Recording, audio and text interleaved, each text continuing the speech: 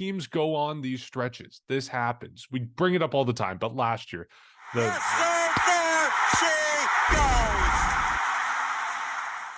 The bad only gets worse for the Toronto Blue Jays. They dropped 3 of 4 to the Tampa Bay Rays, and the losing skid continues. Hello and welcome to episode 273 of Section 138. I'm your host, Mark Colley. Bryson, you're back with us. Jacob couldn't make it today. Bryson, how are you?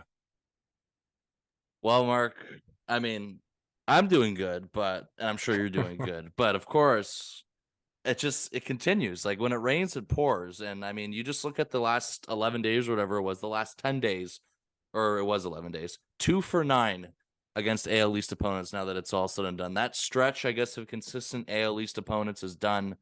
When you look back on that, that's just unacceptable. I mean, you look at how this thing started, you look at where we are now.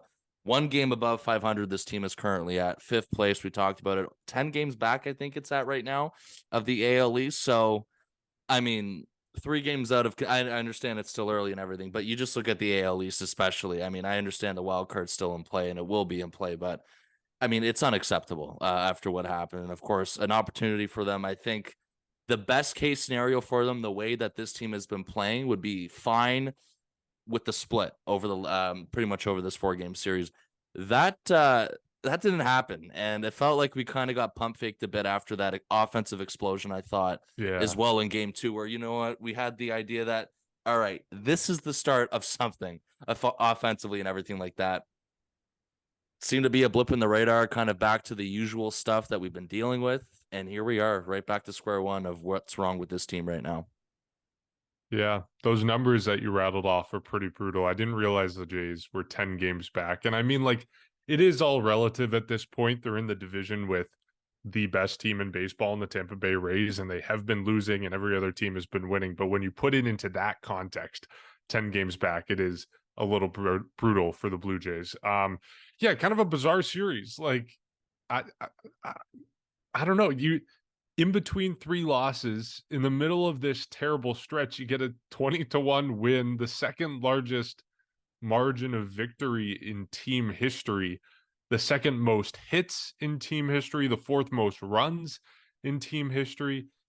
And then you go right back to losing for 2 games against the Rays with very little offensive contribution. It's just kind of a weird dynamic going on this series. But I guess we can start with the fallout from today's game, because we're starting to see the team react a little bit. And by that, I mean, we had a players meeting after today's game, a closed door meeting in the clubhouse after the game wrapped up. And we got some quotes from Matt Chapman about it, some quotes from John Schneider about it. But basically, the sentiment that we got from Matt Chapman was the buck stops with the players.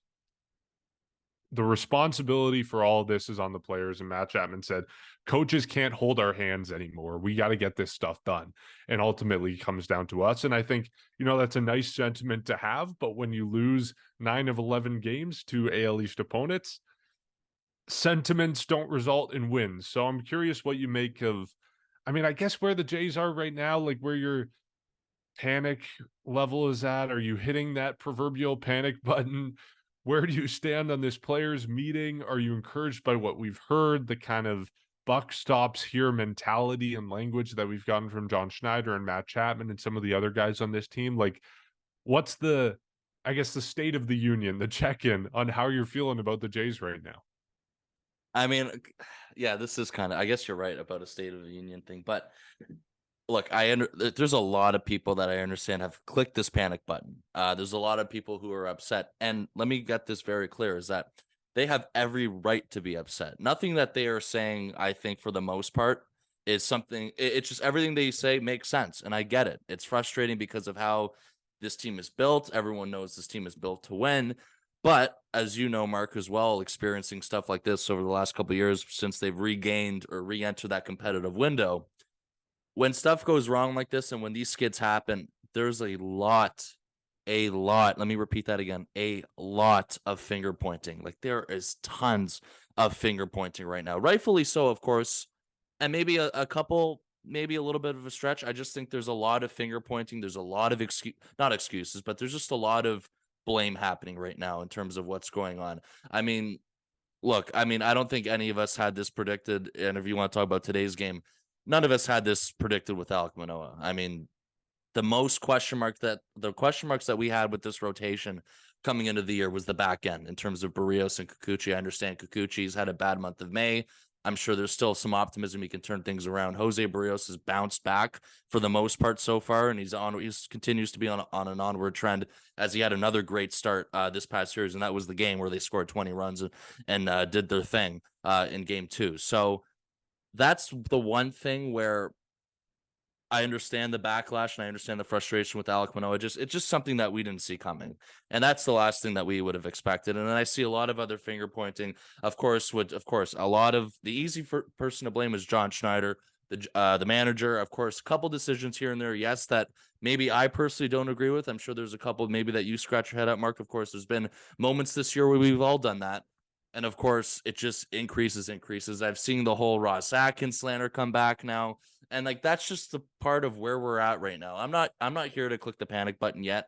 I get it. Again, I'm just as frustrated as everybody else, but I understand that this team for the most part as well is underperforming. And that's the part that's sick. I mean, especially like I don't know how many times we have to repeat it, but it's just these teams that they're losing to, how they're doing it. I mean, I go right back to game 1 as well. If you want to jump right at the beginning of the series, this is something that we have brought up a lot on this podcast. I would say at least the last 2 times, maybe the last 3 times, about the fundamentals, the defense, and everything like that. Chris Bassett goes out, allows 6 runs, but only 2 of those were earned. 2 errors from Vladimir Guerrero Jr. I'm not here to finger point. I'm just saying there were 2 errors from Vladimir Guerrero Jr., both missed catches. These are the fundamentals that we're talking about. And then I hate to jump all over the place. And then I look at today as well. I'm going to go back now to game 4. I mean, the Rays going, what was it, almost 7 for 7 or something like that on stolen bases. Just there's lots of stuff that are happening around them where it's not what they advertise in spring training. It's not that we have what we saw in April. And I think that's the part that's just like frustrating. It's just how bad right now that this team is playing. And they really are playing really bad right now. There is no sugarcoating that. But again, I'm not here to click the panic button and write off the entire year like there are some people doing. I'm not here to turn on certain players or, you know, certain decisions from Ross Atkins. I'm not there. I'm not at that point yet. I still think it's too early for that.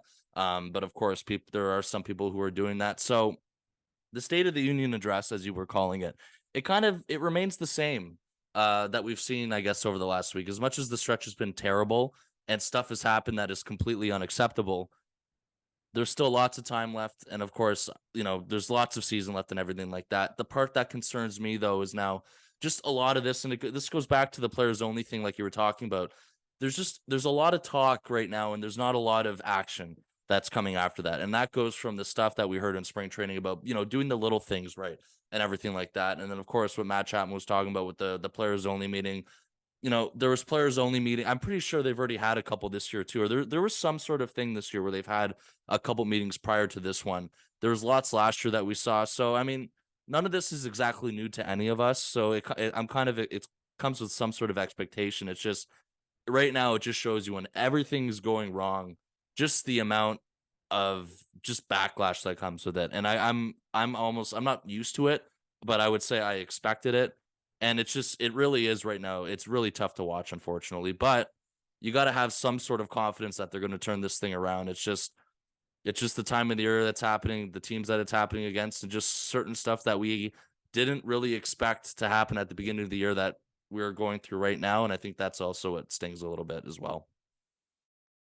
Yeah, I think I'm right there with you. Like I expressed in the last episode my concern how this stretch is, you know, changing the Blue Jays from being a elite team to a very good team, and from like a division winning team to a first or second wild card team. And I stand by that fact. But like I think it is important to know, like you said, it is early. Like it's May 25th at this point. I think a lot of people are already kind of calling it quits and trying to hit the restart button on the season. And like it's 162 games and we're what, 45 games in, 50 games in.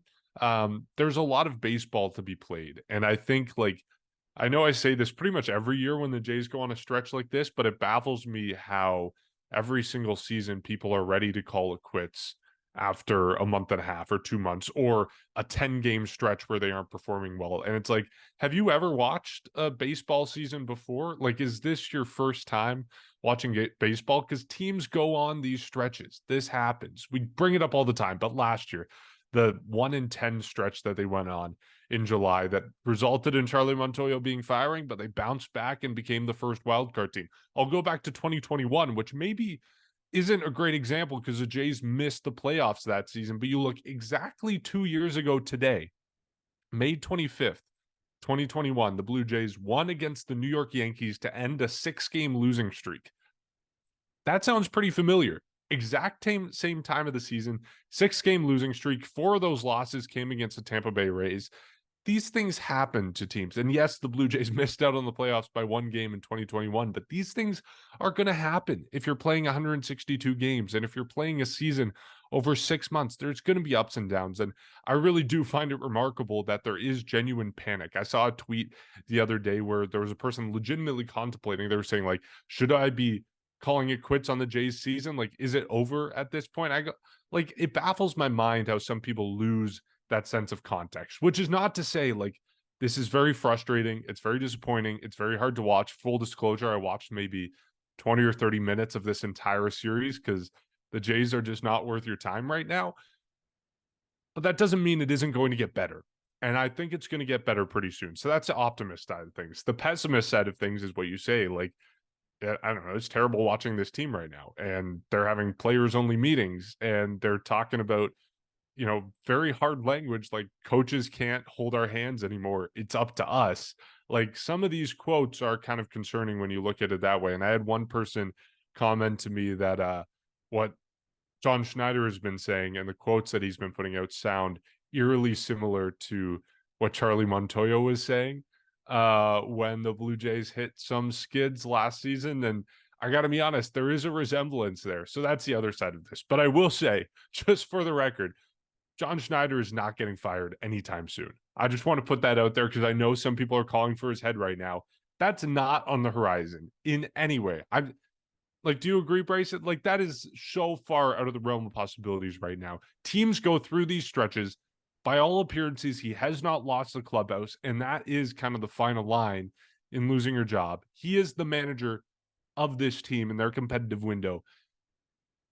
Like, he's not going anywhere, right? I mean, I don't think so. But on the funny Okay. side is that we said the same thing last year, and then of course We did say that. but it is like you're right. I don't know. I mean, we know why they did it. Of course, at the time, it's a little bit of a different managerial style. It's just it's the easiest it always will be the easiest person to blame when stuff goes wrong. Him as long with Ross Atkins. That's always the nature of it. Yeah. And I will say, like, I think your first manager, as a general manager, your first manager is kind of a gimme. It's kind of you can whiff on it and you're doing all right. If you whiff on the second manager, and the Blue Jays go through 2 managers in whatever it's been, I mean, like, only a couple months of baseball, really. Like, I think Schneider's been major league manager for, I think it's like 125 games. If you whiff on 2 managers over the span of 2 seasons, then we're looking at Ross Atkins going out the window. I know some people are calling for that, and we'll get to a little topic of how Ross Atkins has performed a little bit later, but it's not happening. It's not in the realm of possibilities right now. Let's cool our jets on that one.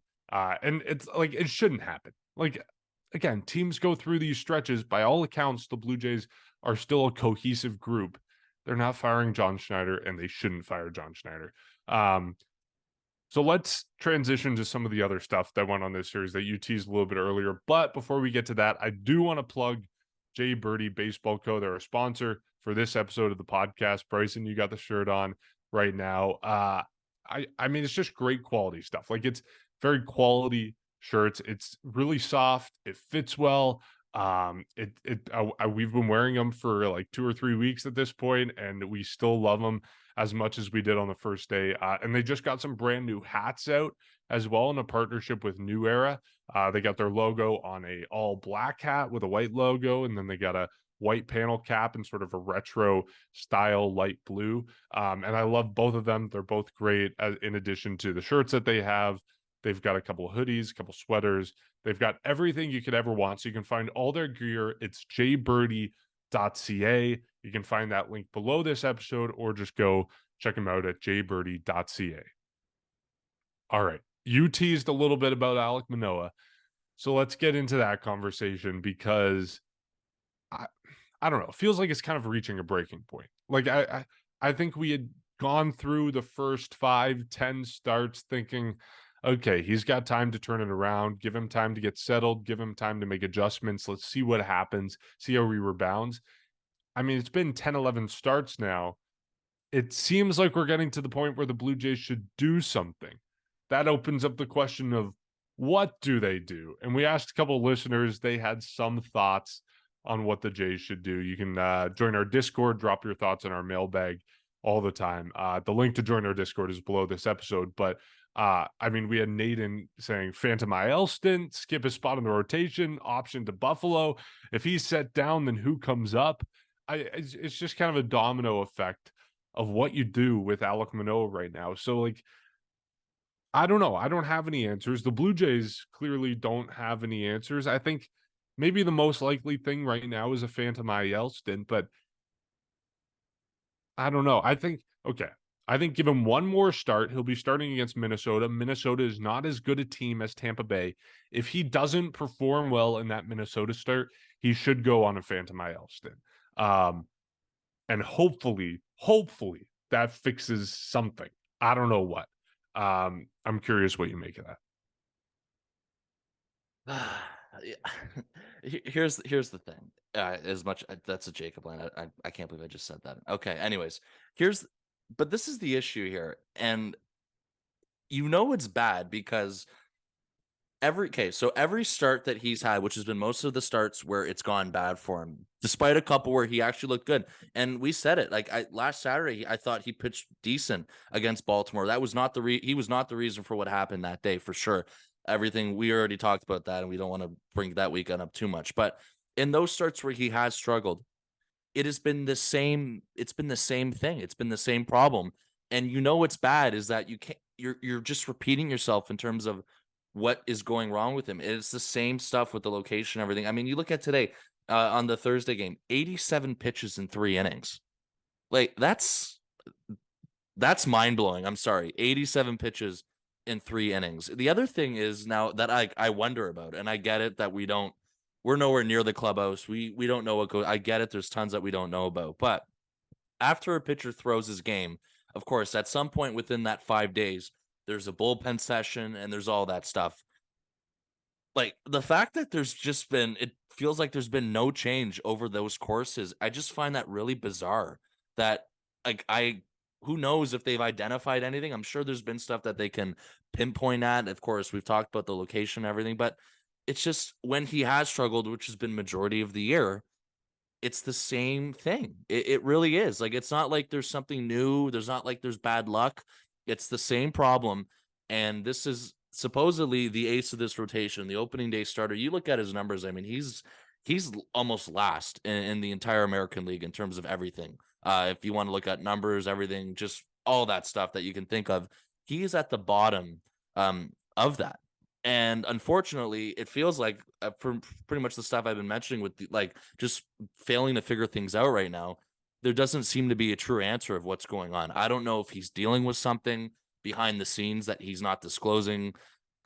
Who knows? I mean, if it's obviously a lot of it has to do with confidence right now, of course, and everything like that. There just seems to be a lot that he needs to adjust to, but he hasn't. And then that, of course, comes to the question now. A contending team, a team now who has dropped the amount of games that they have dropped, you need to start winning games. Of course, that's stating the obvious. Can you keep throwing them out there every 5 days? And then that's where it gets interesting because, of course, that discussion has been brought up, I think. The last 2 starts is when it's definitely begun to circulate. And it's, of course, even after this one, it would happen again, not today on the Thursday game. It's starting to come up again. The problem is, and if you want to reflect on the entire organization now, who comes up, right? I mean, you look at Ricky Tiedemann. I mean, a lot of people talked about him. He's been dealing with some sort of shoulder fatigue. He's on a setback. I don't even know if we see him at all this year anymore. That's going to depend on his whole recovery thing and how he feels. But he is in no rush. They are not rushing him to come up to the big leagues right now. They are being extra cautious. Of course, the team was in Florida this week, which means guys like Hyunjin Ryu and Chad Green were there, I guess, visiting with the team because they've been rehabbing in Florida. Hyunjin Ryu, ironically, spoke to the media. He said he's targeting around July after the All-Star break to come back. We're in May. I mean, Hyunjin Ryu, for me, is the only suitable guy that I think can come up at that point. But again, that's 2 months away, or at least just under 2 months away. That's not going to cut it in terms of short term. And then the question comes back to the point that we talked about. The other thing we talked about last episode is the lack of off days this team has. Of course, there is one coming up this upcoming Monday after the Twins series. But then after that, their next one is June 12th, which we talked about last episode. It's not like you can manipulate the off day and go with 4 people. That's out of the question, unless they do it now. And I don't know if they're going to do that instantly. I don't know who you bring up. I get it. I mean, think about it. If there was organizational depth, I do think it would be I think it'd be likely in terms of something that they can do that. I know the minor league option has also come up. For me, as much as I get it, you want to try something new. I don't know what it does. I really don't know what it does because he hasn't been able to figure it out now. I mean, maybe that helps him go back to the drawing board if that ever happens. But again, let's just say they do this tomorrow on May 26th. Who do you bring up? That's my question for people who have that suggestion for Alek Manoah, because I'm open to anything. I'm not saying I'm against it. I just come with the fact that, okay, if it's best for him, what's happening in terms of who's replacing him? I just think that unfortunately the depth is very minimal, which is we've talked about tons of times this year, and that is my only argument against the fact of a Phantom IL stint. But I mean, at this point, they got to try something, because what they've been doing, sending him out there every 5 days, it hasn't been working. It has been inconsistent. And when he has struggled, it has been the same stuff every single time. Yeah, I accidentally said earlier that Manoah would be starting against the Twins. He is going to be starting against the Brewers in the series after that. So, I mean, yeah, maybe you work it out so that he misses it with the off day. I mean, you could bump up the rotation by a day and skip his day. So maybe, yeah, maybe that's the easy solution, given that this is the only off day you have over the span of a month. Like, maybe that's how the Blue Jays fix it, or maybe you do give him a soft place to land against the Brewers. Obviously, the Brewers are a good team, but they haven't totally been hitting so far this season. They're 21st in baseball and batting average. So maybe that's how you can kind of test the waters against a little bit of a lower performing team, but then you have no choice but to put him on a Phantom IL stint to miss 1 or 2 starts. So yeah, maybe I think that's probably the best solution right now, is to skip that start with the off day on Monday. I hope you can use the time off, the whatever he'll get off from that, the 9 days off, to settle down a little bit, figure out what the hell hasn't been working, and then roll him out for what comes after that. I got the Jays schedule behind my laptop here. So, but like, I mean, I don't know. It's the Blue Jays are reaching a breaking point with Manoah, and something's going to happen soon, I think. I think we've reached the point where the start of the season is over, and he's finally going to have to start performing. And if he doesn't, they're going to be fiddling around with something. So he'll be starting against the Mets after that series against the Brewers. So I don't know. I think, and the Mets are, I don't know. The Mets haven't been great to start the season either. They're 18th in baseball and batting average, but who knows? I don't know. No soft place to land. Give him the off day. Skip his spot in the rotation. See what you can do with an extra day's rest or an extra time through the rotation off. Let's talk about another negative topic, and that's Daulton Varsho. People are really harping on the quality of the Daulton Varsho trade recently. Of course, it comes as Lourdes Gurriel Jr. and Gabriel Moreno, the 2 guys they gave up to get. Daulton Varsho have been performing really, really well with the Arizona Diamondbacks. I have 2 criticisms of people who are criticizing this trade. The first caveat outside of those criticisms is just you're going to make some bad trades. And I think this might be a case where the Blue Jays didn't get enough or gave up too much or whatever you want to argue. This may be one of those cases. But the 2 things that I want to caution against that school of thinking is, first, it's not all offense, and it's not all that meets the eye. There is years of control that go into this conversation. the Blue Jays traded away Lourdes Gurriel Jr., who was only under control for this season, and they brought in Daulton Varsho, who's under control for this season and 2 seasons after that. So that's the first consideration. The contract is a big part of this, and I think that's part of why the Jays made this trade, to get controllable assets in exchange for someone who they would have had to sign if they wanted to keep him longer. Also, the offense is not the only part of this. Like, Daulton Varsho is a plus defensive guy. This is the reason the Jays brought him in. It was to shore up the outfield defense. And we said this at the start of the season, regardless of what they got out of the bat, the defense was always going to be a big part of this trade. And so I think that's a consideration you lose when you just look at Lourdes Gurriel Jr.'s offensive numbers, because defensively, he's kind of a train wreck. And we know that from his time with the Jays. And so moving him out, bringing Daulton Varsho in, and just looking at the offensive numbers there, you're losing that sense of the trade. The other thing I'll say is the thing that we've been saying all episode. It's May.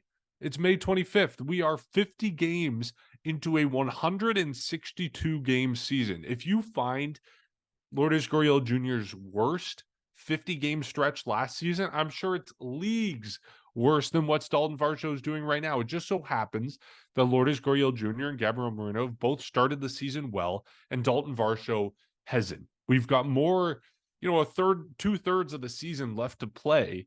Let's not make judgments on this trade when Daulton Varsho still has this year plus 2 years of control after that. So those are the two things, the two big issues I take with this trade, because I think people are making judgments too fast and they're not accepting the whole picture. And I'm open to the idea that this was a bad trade. Like, I think that's a fair assessment that you could make, and it may be an assessment that we make 3 years down the line when we have the full picture of what this trade means.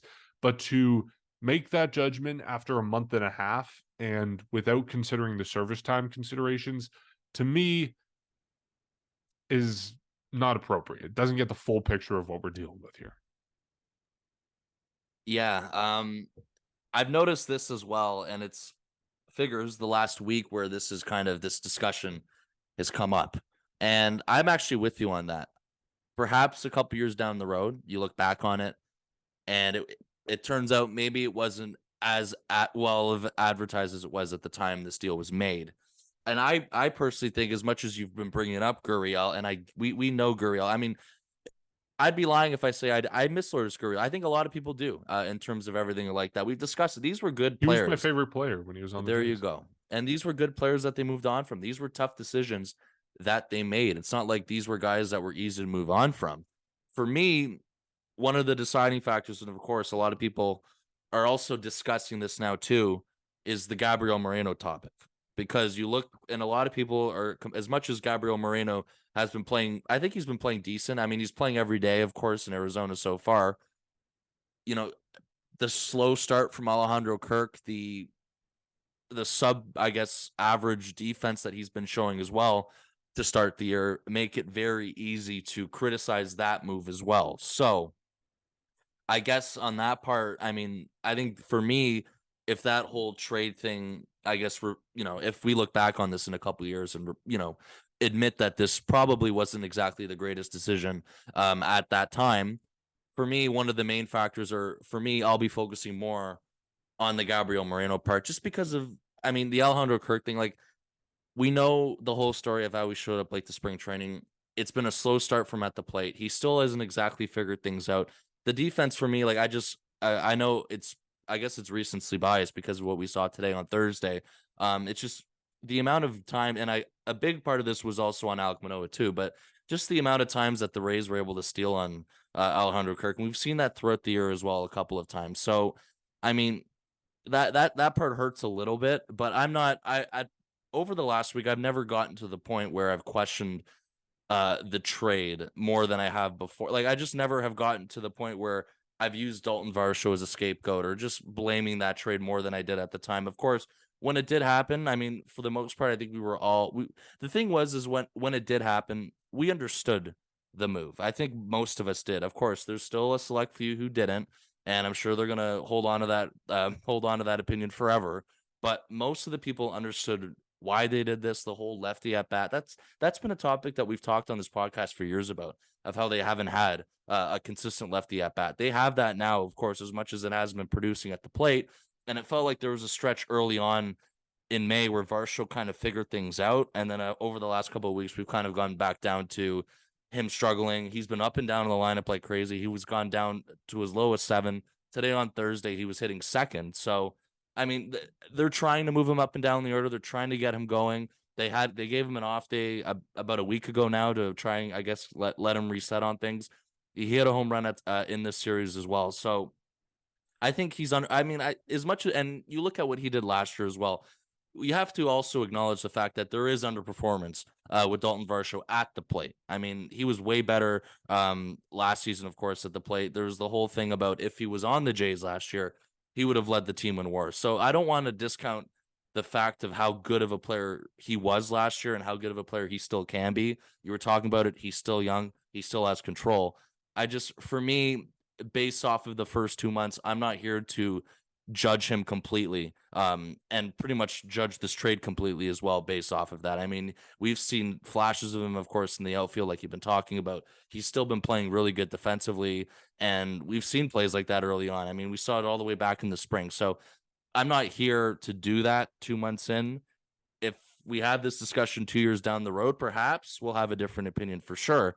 But I think more of that, I don't believe in that that sort of opinion. I just think it's, again, the case where things are going rough and we're trying to figure out, or we're trying to point fingers at everything that we possibly can, because that's pretty much what happens in these situations. It happens every time. And unfortunately, that's just the way it goes. I mean, and then I think for me as well, it's just the Gabriel Moreno thing. And I think that's going to be a huge deciding factor as well, in terms of how the Jays had to move a catcher. They decided to move Moreno. They decided to roll Kirk and Jansen. And so far, I mean, Danny Jansen's been playing better at the plate. He's been fine defensively, but of course he has an injury now where we don't know if he's going to go on the IL or not. And then Alejandro Kirk, it doesn't come at a good time because Kirk has struggled and he's been all pretty much out of sorts since the season started. So right now it doesn't look good, yes, but I'm not here to completely judge the trade in 2 months. I mean, I'm still here waiting or willing to give Varsho time. And if you really want to sort out this entire trade in the big picture, you got to give it a couple years. You really do. And I mean, that's just the nature of it. And at the same time, you also have to remember, of course, everyone knows how good of a player Lourdes Gurriel Jr. is. So this was a tough decision that they made. But at the same time, I still, 2 months into the season, have the same opinion that I did in the winter by understanding why they did it. Yeah, it's like grading a 10-question quiz after you're done 2 questions. Like, it's not a fair assessment to judge it right now, and we can look at the early indications and get nervous a little bit, I think. And like, yeah, looking at how Gabriel Moreno has performed so far in his time in the majors, like, it's totally fair to get nervous, but I think to, call Ross Atkins a failure and say this trade is a failure, and again, some people out there calling for Ross Atkins' head on this, like, it's way too early to make that sort of judgment. Same reason why it's way too early to make a judgment on the Blue Jays this season.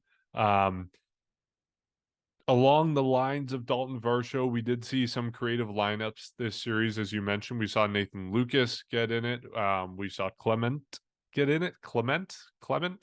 We saw him get into the lineup a little bit. So the Blue Jays getting creative, trying to jumpstart the lineup. Lucas was hitting 6th in one of these games. I think it was 6th or 7th, which is, I think, just gives you an indication of what's going on with the Jays right now and how they've been doing, at least offensively. So, I mean, yeah, not ideal in any world, but yeah, maybe a kind of low point in terms of the lineup. Jimmy Garcia had a rough series and he's been on a rough stretch lately. So that's another thing to mention. Bryson, you look very unhappy with that, and I don't blame you. Do you have thoughts on him? I mean, he had a really good spring. He had a really good WBC. And I guess it's just one of the cases where he failed to bring that with him this year, and he's failed to be that guy that the Jays signed. And I mean, we saw it last year. He was really reliable throughout those parts. And I mean, it was really frustrating for me this past series because when he came in, of course, when he came in, it was game 3 he came in. The game, first of all, the game was already they were trailing most of the game anyway because of Shane McClanahan. Yusei Kikuchi came out. He didn't have a great start. They got back in the game in the 8th inning. They scored 2 runs. Kevin Biggio hits a pinch hit home run. George Springer, or I think it was a ground out or whatever, but he brought a run in. So at that point it was 5-3. You gotta hold the game at that point as much as you can. And unfortunately, this was in the top of the 8th. The bottom of the 8th just fell apart with Jimmy Garcia. I mean, he allows 2 earned runs. The game gets away from them again. And then that's pretty much where it was. I'm not saying the Jays would have won it, but I mean, it's common sense that they get back in the game. You got to hold it as much as you can, especially the way things have been going right now. But Jimmy Garcia, like, I mean, we've talked about this in terms of the lack of relievers, in terms of the trustworthy, who John Schneider trusts, other than Swanson and Romano. And of course, they weren't used at all. I don't believe at all this series, which was definitely, especially with the Swanson part, a little odd. But if they're not going, I mean, you have to imagine that a guy like Jimmy Garcia has moved down in terms of right now, he can't be pitching late in games. And I mean, I say this because of the fact that Nate Pearson is still pitching really well from what he has been pitching. I'm at the point now where I think you got to swap that and give him a shot late in the innings. I mean, we've seen enough of Jimmy Garcia in the first 2 months where he just doesn't have his stuff that he had last year. Perhaps some time in the middle innings is going to help him. And I think that Nate Pearson's earned his right to pitch later in games. If it's not going to be Eric Swanson or Tim Meza or whatever, just throw him in that sort of cycle, because games like that where you come back and you make things really close, but then all of a sudden the next half inning it falls apart from you again. I mean, that's game over. And it just comes at times where the wins are crucial. And I know the word urgency has been used a lot now from this team and from a lot of people over the last couple of days. I think that's as much as, and that's the much that are pretty much as much that John Schneider can do right now. Because I know the other thing too is a lot of people are calling for change. I don't necessarily know what that means, because this team has been set in stone since the spring. Right now, it's still May. And really, that's the only thing that I can imagine in terms of change. Change things up in terms of who's coming in late in games or anything like that. We've seen it. We've already seen it with the lineup a little bit. He's tried to change things up that you were talking about, Mark. So let's be more open to using a guy like Nate Pearson, who's pitched really well and has earned that right, and to stop throwing out Jimmy Garcia because he just doesn't have it. I mean, as much as people might agree with that or not, you have to look at the facts that Jimmy Garcia has not pitched well. He should not be pitching late in games right now. I'm not saying for the rest of the year, but right now, if it's not a guy like Eric Swanson or Tim Meza. Yeah, I'm right there with you. I think Nate Pearson deserves a shot in those higher leverage situations, especially with the way Garcia's been pitching. And it looks like my days are numbered on the Nate Pearson prediction, but I think he How deserves. many more? What's he at? He's at like what, 8 appearances, 9 appearances? Yeah, it's close to 10 now, I think. Yeah. So I got like maybe a week and a half before my prediction has gone out the window. He's at 10 now, yeah. Okay, yeah. So I mean, 5 more appearances and I'm done. And I'm threatening taking the biggest loon title this year. We'll see. Still got a long way out. It's a long season, so we'll see what happens. But okay, we didn't talk about this last episode because everything was doom and gloom earlier this week. But we do want to bring back the sweet relief segment this week. Okay. So the guessing game now becomes, my question to you is, which Blue Jays reliever had their longest major league appearance since September 17th, 2020 in this series against the Rays? Longest in terms of the amount of innings? Yes. Is it Trevor Richards? Yeah. Yeah. Trevor Richards. Yeah. Shout out to him, though.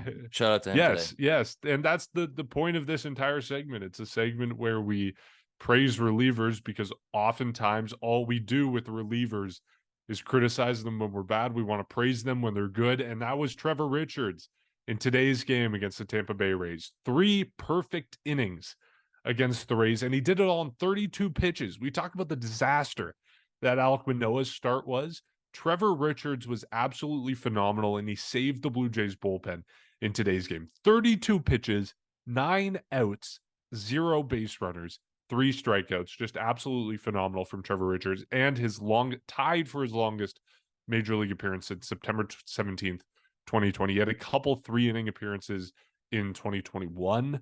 none in 2022. So it's his longest start period or longest appearance period since 2021, tied for the longest since 2020 when he had a 4-inning outing in September, and he had a couple 4-inning outings that year. But that's besides the point. Absolutely phenomenal from Trevor Richards. Saved the Blue Jays bullpen. I still get like 9 outs on 32 pitches is just absolutely ridiculous. So we talk about guys who deserve higher leverage. I don't know if Trevor Richards is in that conversation yet. He's had good stretches this year. He's also had bad stretches this year. But this game alone in a vacuum, incredible performance. And it's even more outrageous in terms of comparing that it took 9 outs for Alek Manoah on 87 pitches. So as much as Richards made it look easy, it's just outrageous that it took Manoah that much. But I mean, you have to admit it, like he did really well coming out of the bullpen today, just for the common sense reasons that the lack of off days coming up, the fact that this is the last game of the series, you got to go to Minnesota for another 3 games before the next off day. You don't want to entirely burn your bullpen. You don't want to use those guys when you're down that big. I mean, it's just all that stuff that come along with it, the stuff that you'd rather not do. And they were able to avoid all that for the most part with Trevor Richards. And I mean, yeah, there's nothing more you can ask from him on that part, as much as he used to kind of be a starter. So he has some familiarity with that. And he came out today, he threw 3 shutout innings like you were talking about. And that was huge. So, I again, like you were talking about in terms of who knows where he is on that late inning kind of thing or whatever like that in terms of higher leverage. But I mean, if he pitches well like this, he's going to rise up on that. I mean, it's only a matter of time. And like you've been talking about, he has been pitching good for the most part. You look at his ERA, it's under 4. It's not like he's, been a disaster out of the bullpen. So it was a shaky start for him. Well, we know what happened last year with him. It was a shaky start from him in the spring. So it was kind of like the opposite of what's been happening with Jimmy Garcia, but he's really, I think he understood the fact that, his spot in this bullpen for the entire year wasn't exactly set in stone if he continued to pitch like what you saw last year from him. And it's a big part right now in terms of people who have been struggling that you've been expecting to pitch well. And then a guy like Trevor Richards who can, just benefit from that because of the fact that the expectations may not have been as high as the others, but he's pitching really well. He saved the bullpen a lot of innings again today, which was very crucial. He did his job. And not a lot of Blue Jays can say that from this series. So that's why I do think it was very important. And it does deserve a shout out of how good Trevor Richards was this weekend. So we'll see what happens, or this week, and we'll see what happens this weekend in Minnesota. I'm not sure. Who knows if he's going to pitch at any point of the series. If it is, it'll probably be near the end of the series. But again, very good job from Trevor Richards. All right. And that segues us into series predictions for this series against the Minnesota Twins. It's a homecoming of sorts for Jose Barrios, who's going to be pitching back on the series finale on Sunday. We also got Kevin Gausman and Chris Bassett, who are going in this series as well. It's worked out for me going first, so I'm going to keep going first in these predictions just to update everyone on where the standings lie. I was right in saying 1 of 3. I didn't get perfect. I didn't get the extra point for predicting which game the Blue Jays would win, but I get 4 full points for 1 and 3. Bryson, you and Jacob get 2 points each for your series split predictions. So right now, the standings, I'm creeping back up. Bryson, you still lead the way with 25. I'm in second with 23, and Jacob is in last with 18 points. I don't know, going first on this. I think the Blue Jays will win game 1 of this series. I think they'll win Friday because it's Kevin Gausman against a guy I didn't jot his name down, but he has a higher ERA. I think Kevin Gausman and the Blue Jays Louis win. Varland. There we go. Never heard that name before in my life. I think the Blue Jays win on Friday. I think the tough one is Saturday and Sunday because we got 2 really good pitching matchups in both of those. I think odds are the Blue Jays lose Sunday. It's just a question of what happens on Saturday, which is Chris Bassett versus Pablo Lopez, which is going to be just a great matchup to watch, period. The question then becomes which pitcher ends up on top. And do the Blue Jays get a series win after how long they've got without a series win? I mean, they lost a series against Tampa Bay, lost a series against Baltimore, lost a series to New York. Then they swept the Atlanta Braves going back there. So, I mean, it's been 3 straight series losses. Do they break the curse? Sure. I'll say yes. I say they win Friday, they win Saturday, and they lose Sunday with Barrios on the mound. Bryson, what's your series prediction? So I also have a series win. I mean, hopefully, is the Twins are kind of actually record wise in the same spot right now, with the Blue Jays basically in the same spot, hovering around 500. So perhaps, I mean, I'm just trying to be as optimistic as I can. I understand if people are sick of it, but I'm gonna keep doing it. Perhaps this is some sort of matchup that can steer them, in the right direction.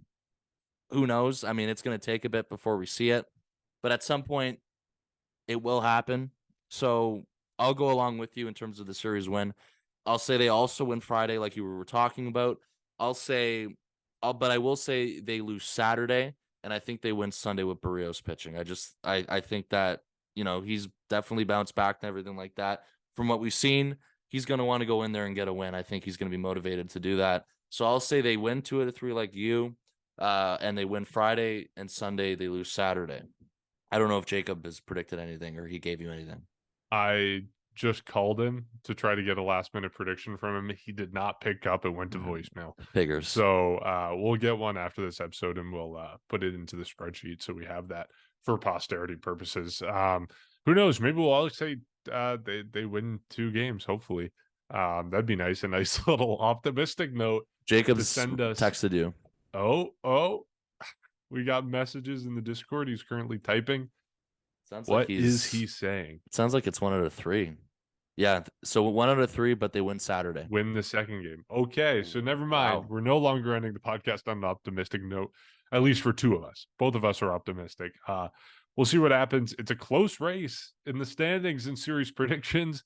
I was trailing by I think it was 7 points at one point, and now I'm coming back on top. Jacob is now trailing by 7 points. He's 25-18 from the lead. So we'll see what happens. Okay. Well, we'll wrap up this episode there. As always, you can support our podcast and find everything to do with us below this episode at our Linktree link.